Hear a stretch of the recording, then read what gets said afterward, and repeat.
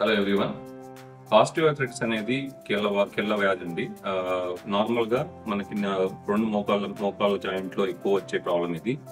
మోకాల్లో ఉండే గ్యాప్ కానీ కార్టిలేజ్ కానీ అరుగుదలలో వచ్చే కండిషన్ని ఆస్టియోఆర్థరైటిస్ అంటాము.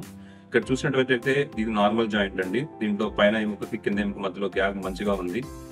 అదే అరుగుదల కండిషన్లో ఏమవుతుందంటే ఆ గ్యాప్ తగ్గిపోయి కార్టిలేజ్ డ్యామేజ్ అయ్యి బోన్స్ దగ్గరికి వచ్చి ఇబ్బంది కలుగుతుంది. దానివల్ల చాలా మంది నొప్పి అట్లా స్టిఫ్నెస్ తో ఇబ్బంది పడుతూ ఉంటారు.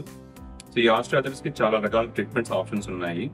సో ఆ ట్రీట్మెంట్ ఆప్షన్స్ ఏ స్టేజ్ లో ఉందని బట్టి మనం చెప్తుంటాము. ఈ మోకాలు అరిగిపోవడం అనేది 4 స్టేజెస్ ఉంటాయండి. స్టేజ్ 1, 2, 3, 4 అని. మొదటి 3 స్టేజ్లు అంటే 1, 2, 3 స్టేజెస్ లో మనకి చాలా రకాల ఆప్షన్స్ ఉన్నాయి. మందులతో పాటు ఇప్పుడు కొత్తగా మనం చాలా రకాల ఇంజెక్షన్స్ ఇస్తున్నాం జాయింట్ లోకి. దాంట్లో పిఆర్పి ఇంజెక్షన్ అని, ఎస్విఎఫ్ థెరపీ అని, స్టెమ్ సెల్ థెరపీ అని.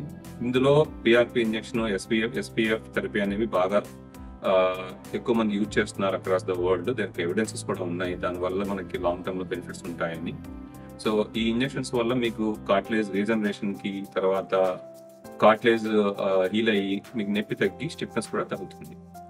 ఈ పిఆర్పి ఇంజెక్షన్స్ అలానే ఎస్విఎఫ్ థెరపీ. ఈ ఎస్పిఎఫ్ థెరపీ గురించి మీకు తెలుసుకోవాలంటే మీరు మమ్మల్ని కాంటాక్ట్ అవ్వచ్చు త్రూ నీ ఎక్స్పర్ట్స్ క్లినిక్. వీళ్ళు ఈ ఎస్పిఎఫ్ థెరపీలో pioneers in the India. They have been promoting SPF therapy and getting good results in with the SPF therapy.